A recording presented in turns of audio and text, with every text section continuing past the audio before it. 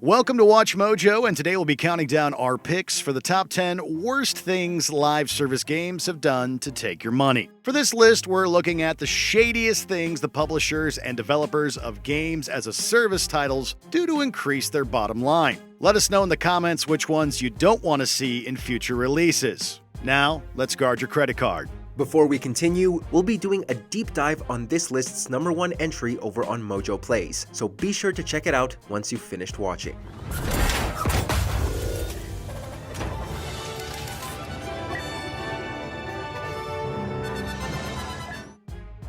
Number 10. Pre-orders for bad games.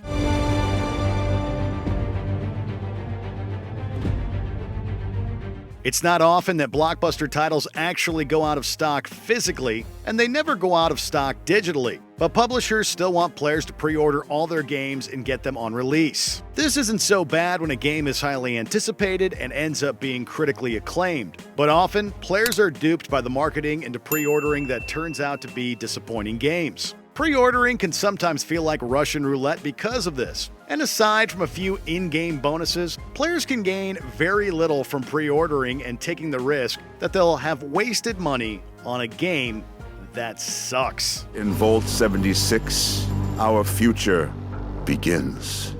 Number 9. Confusing season passes.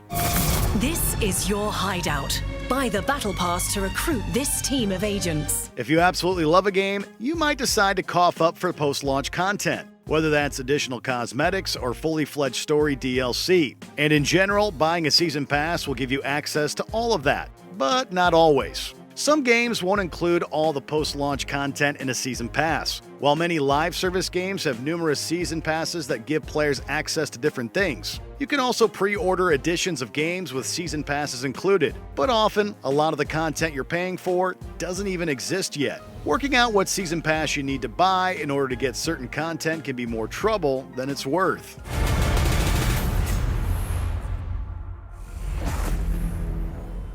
Number 8. Confusing currencies.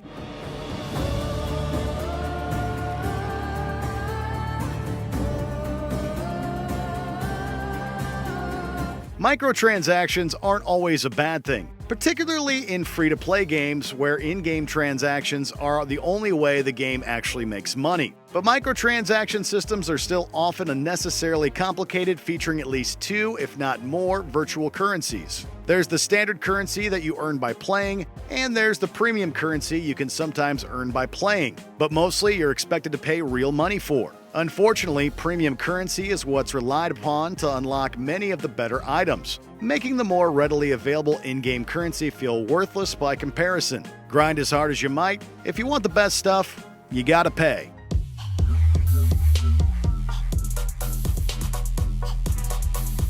Number 7. In-game ads. EA, a company that's no stranger to controversy and bad press, made headlines yet again in September 2020. What did they do this time? They put actual ads inside UFC 4, specifically a pop-up during action replays for Season 2 of The Boys on Prime Video. Players are understandably enraged when a $60 AAA release featured ads. The ads were only turned on a month after the game was released, so EA was showing them to UFC's biggest fans and the game's most loyal players. Faced with a major backlash, EA was forced to remove the ads eventually, but many players were left in disbelief that the company actually had the gall to try it in the first place. EA Sports UFC 4 offers the most authentic, intuitive, and exciting gameplay experience in franchise history. Number 6. Identical sequels. And for centuries, humanity thrived. Until it didn't. When you find a game you really love, you may find yourself wishing that you could just have more of the exact same thing. That's a wish that plenty of big publishers are more than happy to fulfill. Live service games frequently get sequels that don't innovate on their predecessors at all, seemingly serving no real purpose other than to get more money from players. The Division 2 was derided as a pointless sequel that added absolutely nothing to the series, while being forced into making underwhelming sequels was one of the reasons Bungie took the Destiny IP and left Activision. These sequels leave customers feeling ripped off and sully the reputation of the studios behind them.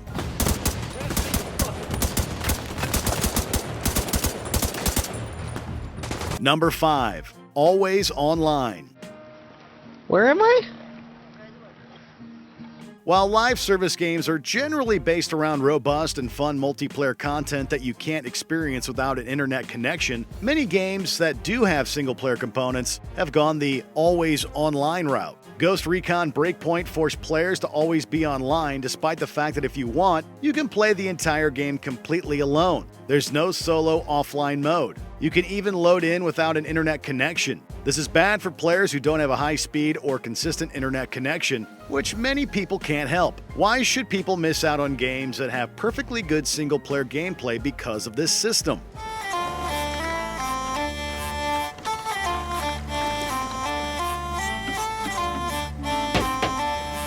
Number 4. Grindy Progression.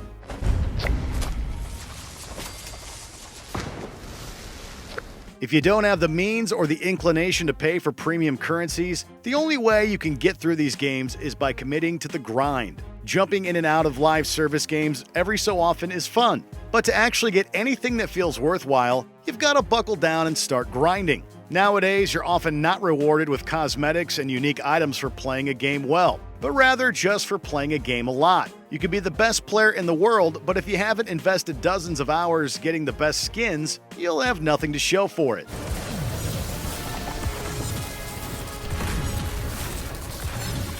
Number 3. Loot boxes.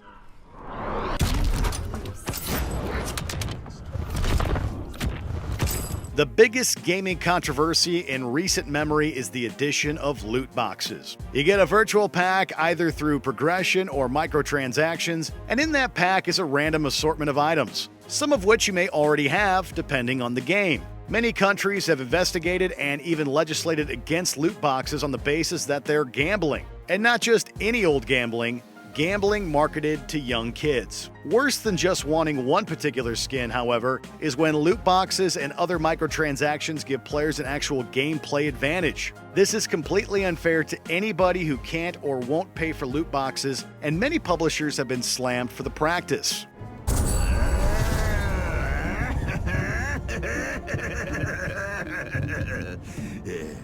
Number 2. Unfinished games. Whatever happened here is beyond anything we expected. And we expected a lot.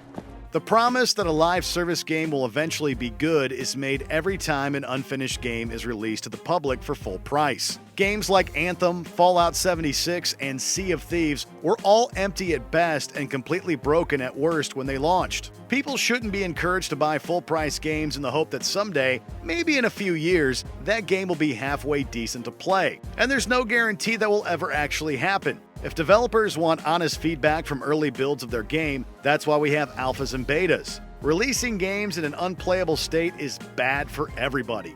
Before we continue, be sure to subscribe to our channel and ring the bell to get notified about our latest videos. You have the option to be notified for occasional videos or all of them. If you're on your phone, make sure to go into your settings and switch on notifications. Number 1. Upfront costs. Whoa! This just got a whole lot more interesting. Let's make this quick. When live service games that are free to play use microtransaction as the game's primary way to make money, that's fine. But when a game has a full-priced retail release and then also includes predatory microtransactions, that's just greedy. Big publishers like Ubisoft, EA, and Activision continue to charge $60 for their flagship games, and up to $70 for certain next-gen titles, and then push in-game microtransactions on players as well, trying to get as much money as possible from willing consumers. It's not only rude, but also insulting that players are asked to continue paying for a game they already paid full price for. AAA games that are generally hugely profitable without implementing any microtransactions at all. The world will remember this day. The day their heroes failed them. If you want to know why we chose our number 1 pick for this list, head over to Mojo Plays and watch our in-depth analysis of the entry. Check the link in the description below.